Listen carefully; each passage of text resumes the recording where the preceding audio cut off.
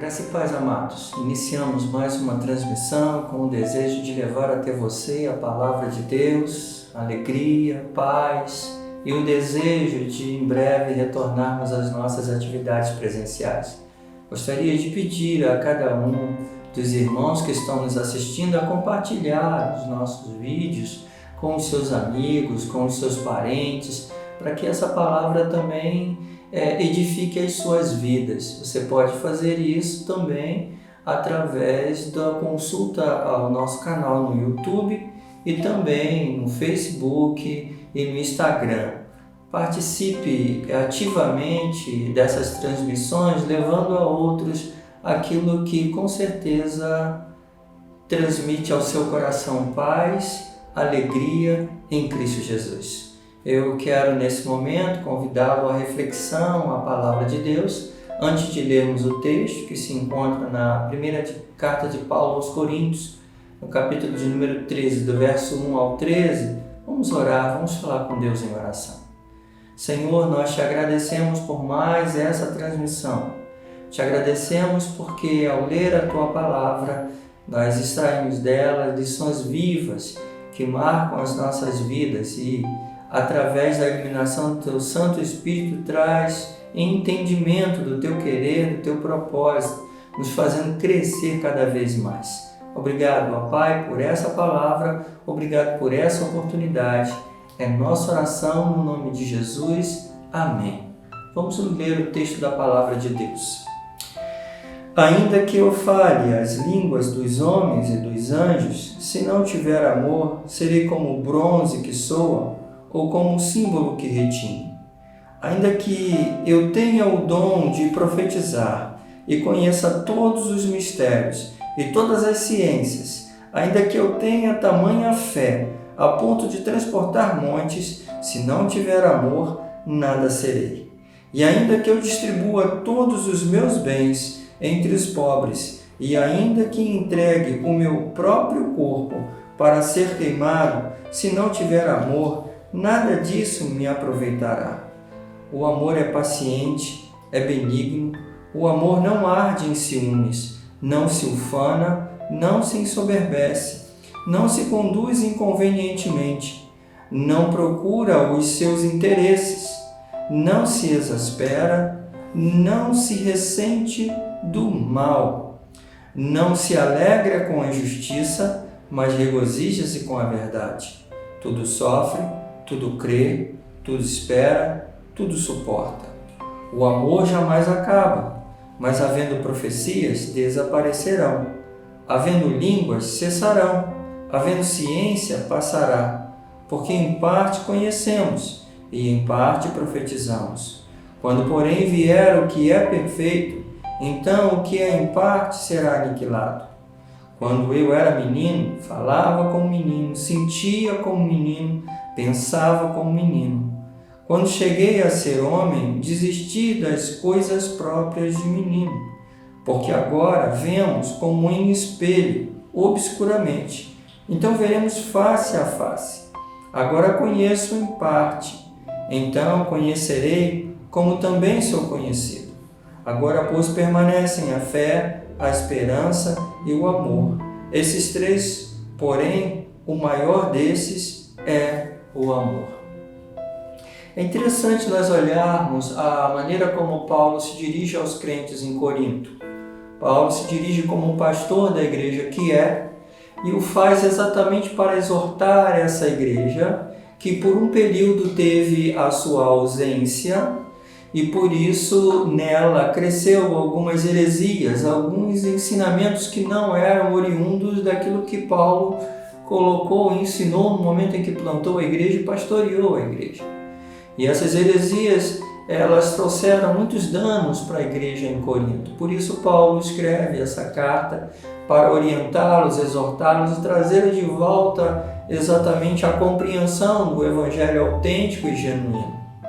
E nós podemos perceber isso logo nos primeiros capítulos, como por exemplo no capítulo de número 1, do verso 10 ao verso 17, o apóstolo Paulo ele vai descrever essa igreja e ao descrevê-la vai falar sobre divisões que existem nela. Divisões essas que são claras nesse capítulo, uma vez que ele qualifica exatamente os grupos que existem nessa igreja. Veja o verso de número 10 ao verso de número 12 do capítulo 1. Rogo-vos, irmãos, pelo nome de nosso Senhor Jesus Cristo, que faleis todos a mesma coisa, e que não haja entre vós divisão, antes sejais inteiramente unidos, na mesma disposição mental e no mesmo parecer. Pois a vosso respeito, meus irmãos, fui informado pelos da casa de Cloe, de que há contendas entre vós. Refiro-me ao fato de cada um de vós dizer: eu sou de Paulo, e eu de Apolo, e eu de Cefas, e eu de Cristo. Palavras que Paulo escreve no início da sua carta, revelando exatamente uma certa tensão na igreja em Corinto. Por isso ele escreve essa carta. E é interessante nós olharmos isso porque nós somos a igreja de Cristo, e a igreja ela é constituída não por paredes de concreto ou tijolos, ela é constituída de pessoas. Eu, você, fazemos parte exatamente dessa igreja porque somos a igreja de Cristo, o corpo de Cristo, lavoura de Deus, edifício e uma série de outras figuras de linguagem que o apóstolo Paulo e outros textos colocam exatamente para se referir à igreja. Então, quando falamos aqui nessa tensão que há nos crentes em Corinto, nós podemos então observar que nesses períodos em que nos encontramos confinados socialmente, em alguns momentos surgiu dentro de casa algumas tensões também, ou até mesmo por aqueles parentes que estão um pouco mais distantes, ou essas tensões diminuíram em função exatamente da necessidade de conviver, da necessidade de dialogar com aqueles que estão próximos. Isso promoveu um certo encurtamento de distâncias no que diz respeito a algumas tensões ou relacionamentos quebrados. Mas é importante nós pontuarmos sobre isso, sobre a necessidade de nós encurtarmos mais as distâncias e resolvermos melhor isso como igreja de Cristo. Porque, de fato, esse texto no qual Paulo se dirige aos crentes em Corinto, ele fala aos nossos corações. E ele utiliza exatamente como ferramenta para isso o amor. Veja que o apóstolo Paulo coloca o amor como essencial para a vida do crente, para a vida da igreja em Corinto, como algo importante no passado para os crentes em Corinto, é importante no presente e será importante no futuro até a volta de Cristo. E quando eu me refiro a isso, a importância disso para as nossas vidas, é porque pessoas, gente como nós, que se relacionam no dia a dia, precisa restaurar relacionamentos dentro de casa, fora dos nossos portões, na família, não só a família próxima, mas em extensão também, para que a gente genuinamente possa dizer que adora o Deus vivo e verdadeiro e que segue o seu Filho amado Jesus como Senhor e Salvador. É preciso, então, voltar os nossos olhos para a similaridade entre o que Paulo coloca aqui e o que Jesus coloca no Sermão da Montanha, no capítulo em que fala sobre o amor ao próximo, sobre como deve ser o nosso relacionamento em relação àqueles que estão próximos e esses próximos que têm laços afetivos conosco,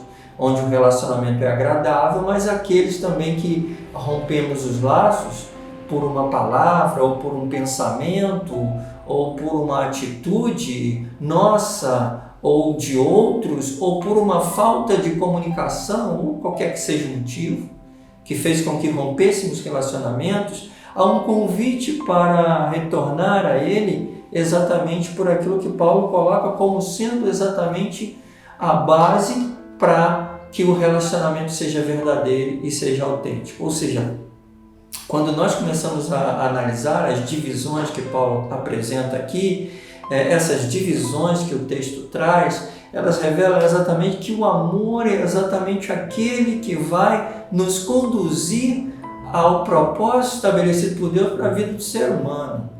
tanto eu como você temos percebido a necessidade de ampliar um pouco mais o nosso relacionamento e o nosso diálogo. É bom relacionarmos com os nossos filhos, com o cônjuge, com os nossos pais, dentro dos nossos lares.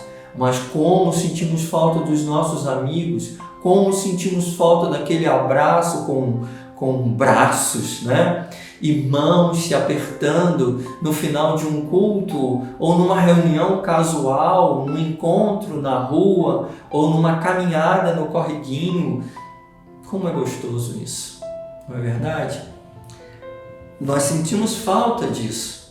Porém, é importante nós entendermos que tudo isso vai ser retornado e podemos ampliar mais ainda isso, porque esses dias nos ensinaram que alguns pensamentos contrários, algumas atitudes contrárias que julgamos ser tão importantes que faz com que muros sejam construídos, percebemos que isso não é bom. E o confinamento nos trouxe exatamente essa compreensão. Melhor ter aqueles que mesmo com pensamentos contrários aos nossos, estão próximos de nós, do que tê-los distantes. É muito ruim estarmos distantes uns dos outros. E Paulo traz exatamente como solução aos crentes que trazem uma série de divisões. Olha, nós falamos pelo primeiro capítulo que traz esses grupos, né? Esse partidarismo, mas no capítulo de número 3 ele chama de carnais, de crianças em Cristo, os crentes em Corinto. Já no capítulo 5 ele chama de imorais. No capítulo 6 ele fala sobre litígio, aqueles que estão numa situação em que vão até os tribunais, um irmão contra outro. No capítulo 7 ele fala sobre problemas conjugais, problemas de relacionamentos conjugais. No capítulo de número 8, ele fala de atitudes que não deveriam existir, de ídolos sendo criados no coração e de pessoas que praticam e aceitam essas práticas imorais diante de Deus.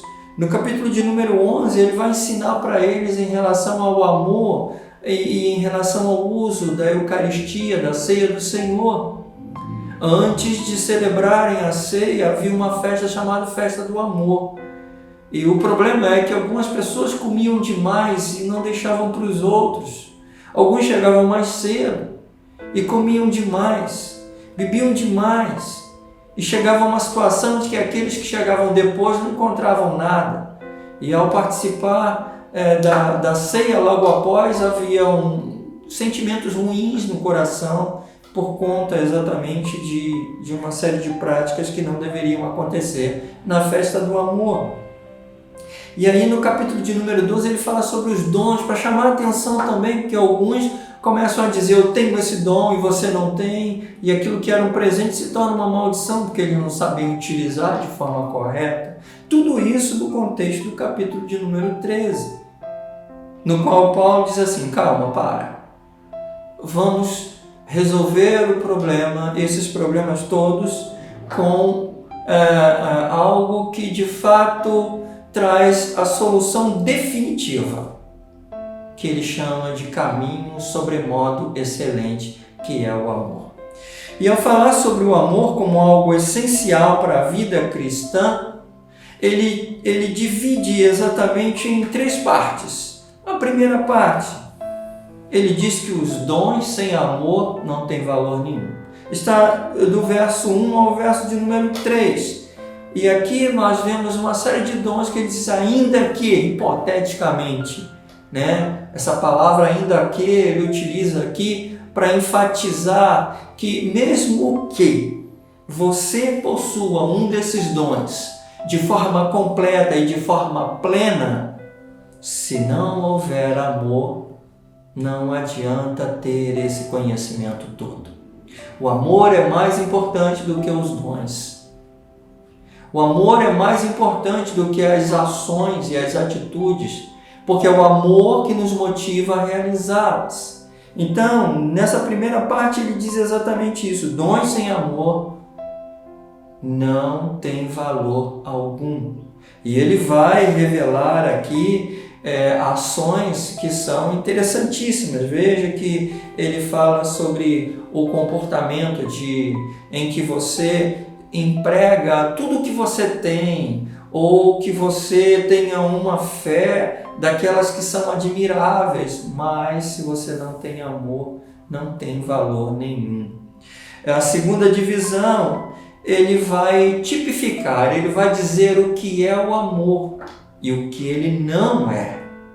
E o interessante é que essa segunda divisão está relacionada à primeira divisão. Porque quando ele fala sobre dons sem amor, ele revela exatamente que se você tem os dons de forma correta, você aprende a usá-los exatamente sabendo o que é o amor e o que não é o amor. Porque se você utiliza um determinado dom para dizer para o outro, eu tenho e eu sou mais do que você está exatamente agindo de forma errada, está tipificando aquilo que o amor não é. O amor não é intolerante, o amor não é soberbo, o amor não é áspero, nada disso é característica do amor. Então, se isso faz parte da sua fala, já revela claramente que você não sabe viver a vida cristã como deveria viver. De fato, Paulo quer ensinar aos crentes em Corinto aquilo que vai solucionar os problemas de divisão, de intolerância, problema no casamento, imaturidade espiritual, dizendo exatamente que Deus dá presentes, mas esses presentes eles são fundamentados no amor.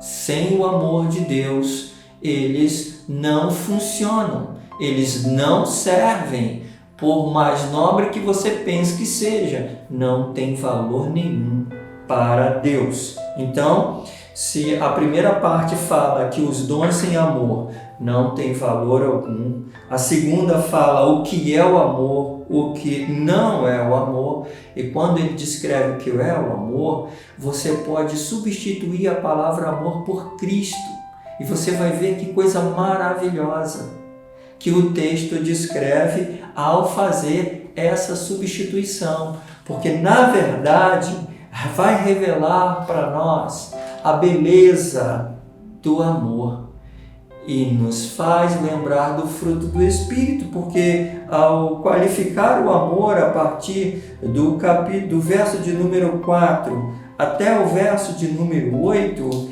ele então revela a beleza, que se contrapõe àquilo que não é o amor.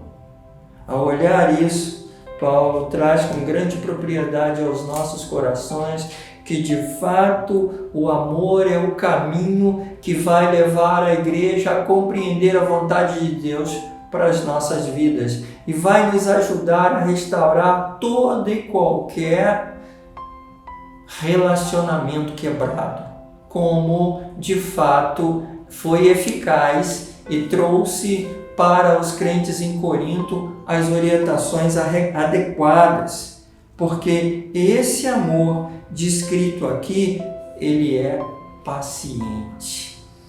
Ninguém resolve nenhum problema sem ter paciência. Talvez esse seja o grande problema nosso quando tentamos restaurar relacionamentos. Não somos pacientes. Quando ouvimos alguma coisa, nós logo colocamos os nossos achismos e queremos que as coisas sejam rápidas e de acordo com o que nós pensamos. Não somos pacientes para ponderar, não somos pacientes para peneirar, não somos pacientes para debruçar sobre aquelas palavras, sobre aquela ideia, sobre aquele pensamento. Não há benignidade. E aí, automaticamente pulamos para o outro lado, começamos a ser ásperos, começamos a ter uma atitude inconveniente. O amor não é inconveniente. E os nossos relacionamentos em amor não devem ser inconvenientes. Terceira parte, ele vai falar sobre a durabilidade desse amor, onde ele fala que o amor é mais importante do que tudo e dura para sempre. O amor jamais acaba. Paulo também, em outra ocasião, vai dizer assim: quem me separará do amor de Deus? E vai listar uma série de situações e vai dizer assim: nada pode nos separar daquele amor que é eterno. Do amor que se expressa de uma maneira maravilhosa. Nós vamos encontrar em vários textos bíblicos isso. Mas um que vem sempre à nossa mente é João 3,16, que fala sobre o amor de Deus, que é esse amor que nos dá o seu Filho amado Jesus, que traz a salvação a todo aquele que nele crê, que traz vida eterna àquele que o Pai enviou ao Filho. Mas há também em João, na primeira carta de João, no capítulo de número 4, versos 7 ao 8, que fala sobre esse amor também, dizendo: ninguém tem maior amor do que esse. E diz que Deus é amor. Nós estamos falando do amor de Deus. E esse amor é a base para a vida cristã. É o amor que nos concede a salvação em Cristo Jesus, que nos concede a vida eterna. É o amor que vai fazer com que as nossas vidas sejam vidas melhores. É o amor que vai fazer com que a gente desenvolva paciência, benignidade, que a gente desenvolva equilíbrio emocional em situações em que a gente perde a cabeça.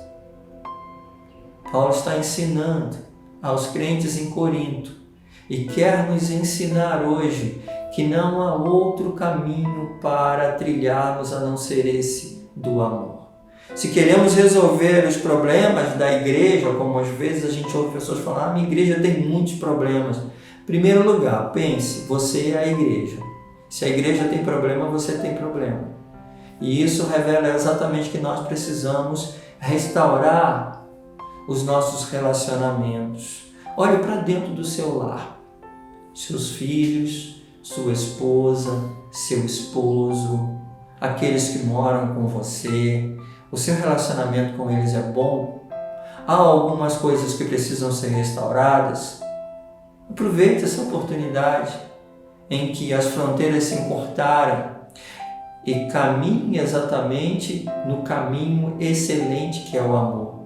Use exatamente o amor, entendendo exatamente o que ele é. E a chave para isso é a maturidade. Use o amor maduro. Porque o amor maduro é aquele que é qualificado aqui e que aponta para Cristo. Ele é o padrão perfeito. Em cada uma desses dons que foram descritos aqui, eles só são perfeitos em Cristo Jesus. E Ele é o nosso padrão, nosso modelo para olhar, espelhar e seguir. Segui-lo em tudo para alcançar esse objetivo. Obviamente que essas ações elas vão requerer de nós muito joelho no chão.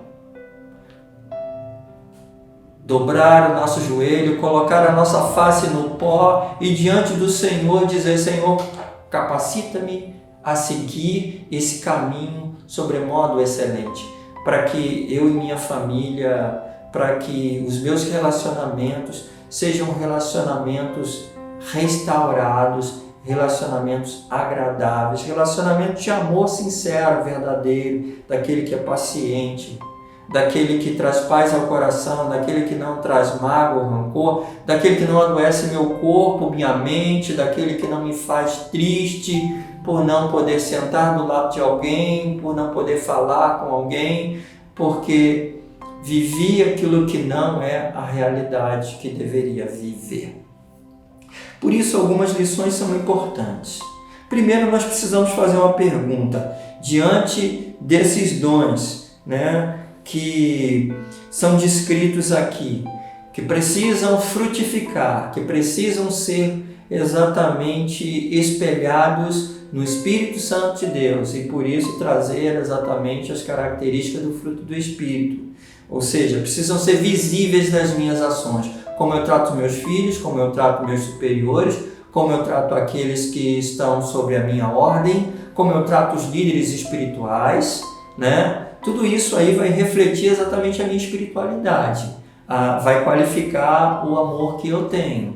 Então eu não posso falar de dons, eu não posso falar de utilizá-los se não houver amor nessa esfera da praticidade, nessa esfera do dia a dia. Eu não posso falar de fé, eu não posso falar de uma vida poderosa de oração se eu não oro por aquele que está ao meu lado, pedindo a Deus não castigo sobre a sua vida, mas pedindo a Deus que abençoe a sua vida e que nos dê entendimento para que possamos caminhar juntos. Deve ser exatamente essa a compreensão. Ou que a gente precisa entender que o sinal de maturidade não é olhar no espelho e ver alguma coisa disforme. Os espelhos na época de Paulo não eram como os nossos. Os nossos são claros, a gente vê com clareza. A ideia é exatamente de ter uma maturidade que possa face a face compreender os desígnios e propósitos e entender a revelação de Deus. E entender essa revelação como algo que enche os nossos corações e a nossa vida e nos faz seguir de forma triunfante e alegre. Ou que nos faz entender um amor que dura. É um caminho maravilhoso, porque no céu não precisamos de fé. No céu não precisamos de esperança, porque o céu é garantia de que a fé se concretizou, que a esperança se concretizou e que só há amor, e amor genuíno e autêntico, amor verdadeiro, amor que se alegra, que não há injustiça, que há só verdade, luz e vida. E aí então pensamos, onde nós nos encaixamos em tudo isso? Será que na nossa vida cristã esse amor tem sido a base para nos ensinar a restaurar relacionamentos quebrados? Será que nos nossos relacionamentos nós temos visto Cristo como aquele que de fato expressa esse amor? Será que entendemos que os nossos dons, os presentes que Deus nos concedeu, as habilidades que Deus nos concedeu, são aplicadas exatamente, motivadas pelo amor? Esses questionamentos são importantes para que a gente possa entender, viver e agir de acordo com os desígnios e propósitos de Deus. A minha oração, queridos irmãos, é que a gente passe a entender que qualquer que seja o problema que enfrentamos em nossas vidas, de forma particular, de forma coletiva, nós expressamos como pessoas que somos a Igreja de Cristo. Nós somos a Igreja de Cristo. Ela não são 4 paredes, ela não é aquele templo que está fechado por alguns momentos e não podemos nos reunir nele, mas ela exatamente é o somatório de pessoas como eu e você, dentro dos nossos lares, que nos abrimos para compartilhar através das ferramentas que Deus concedeu a tanto quanto Ele coloca diante de nós e falar sobre a alegria. Não perca seu tempo com pensamentos, não deixe que o seu ponto de vista, não deixe que o seu orgulho, não deixe que a sua ideia seja algo que possa trazer uma barreira entre você e o seu irmão, entre você e seu esposo ou filhos. Aproveite essa oportunidade. E à luz do que o texto revela, que essa exortação seja para a sua vida bálsamo restaurador, que reavive e reacenda o desejo de amar o esposo, a esposa, os filhos, os pais e todos que o Senhor coloca diante de você no seu lar. Utilize esse tempo exatamente para refletir sobre isso. E reafirme sempre que o amor de Deus que nos envia Cristo Jesus, esse amor vai nos ensinar a ouvir com paciência, a ouvir com amor, ser longânimo, a não ser injusto com aquele que fala, a entender o reino de Deus como muito maior e muito mais importante do que o meu pensamento e o seu pensamento, e assim crescer, e assim desfrutar do amor de Deus, do amor que se sacrifica, de um amor que renuncia, de um amor que se dá, de um amor que traz tudo de bom. Que Deus abençoe a minha vida e a sua vida e vamos trilhar juntos esse caminho para a honra e glória do nosso Deus, hoje e sempre. Amém. Antes de orarmos encerrando, vamos ouvir um louvor ao nosso Deus e com certeza o Senhor trará também através desse louvor mensagem ao nosso coração.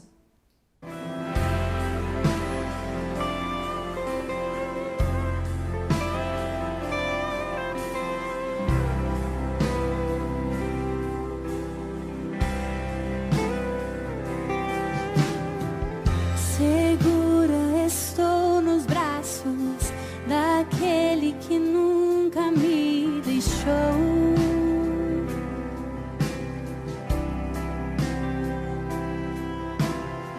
Seu amor perfeito sempre esteve repousando em mim. E se eu passar pelo vale, acharei conforto em teu amor, pois eu sei que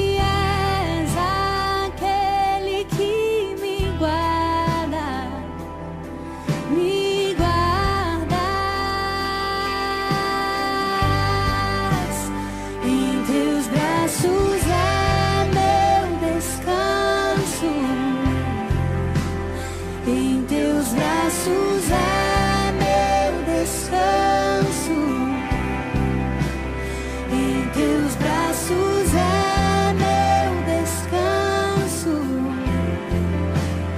em teus braços é meu descanso.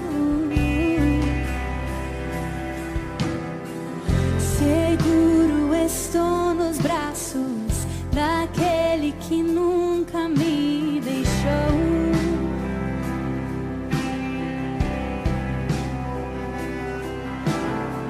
Seu amor perfeito sempre esteve repousando em mim. E se eu passar pelo vale, acharei conforto em teu amor, pois eu sei que és aquele que me guarda, me guardas. Em teus braços é meu descanso, em teus braços é meu descanso, em teus braços é meu descanso, em teus braços é meu descanso, em teus braços é meu descanso, meu lugar, em teus braços é meu descanso, em teus braços é meu descanso, em teus braços é meu descanso. Yeah. Eu nasci pro teu abraço.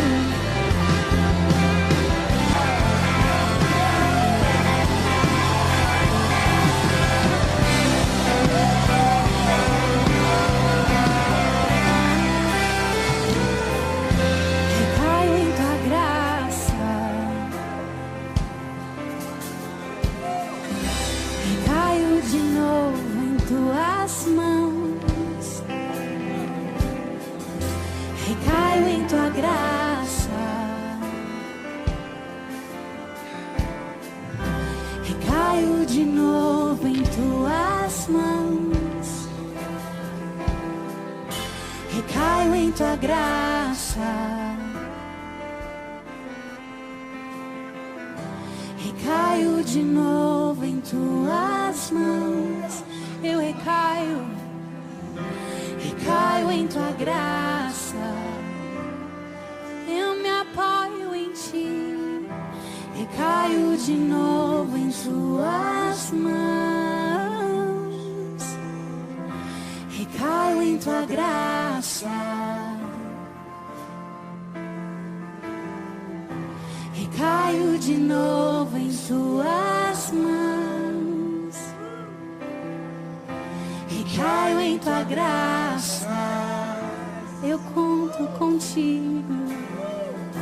Recaio de novo em tuas mãos, e se eu passar pelo vale,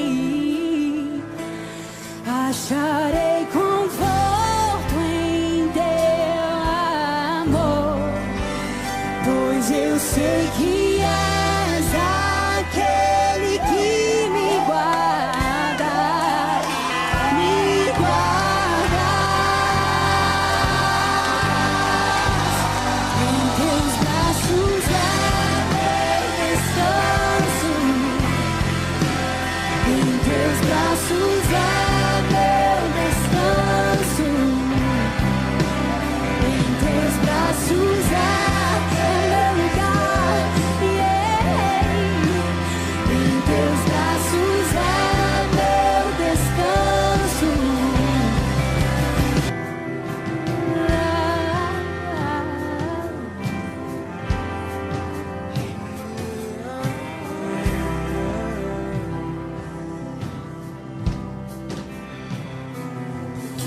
O toque mais puro, amor mais seguro do mundo. O toque mais puro, amor mais seguro do mundo é o teu. O toque mais puro, amor mais seguro do mundo.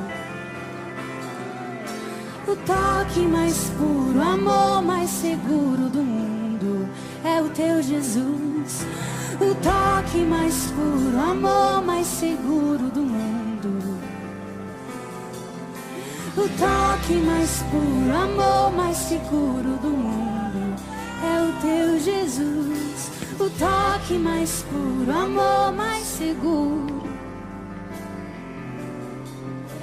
O toque mais puro, amor mais seguro do mundo é do meu Abba.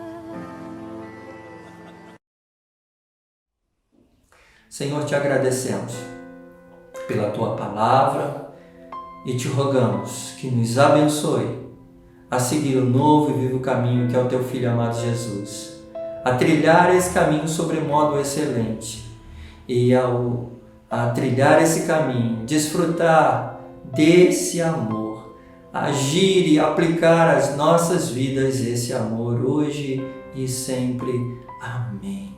E que a graça de nosso Senhor e Salvador Jesus Cristo, o amor de Deus Pai, a companhia, assistência e doces consolações do Espírito Santo de Deus repousem sobre vós, irmãos, hoje e para todos sempre.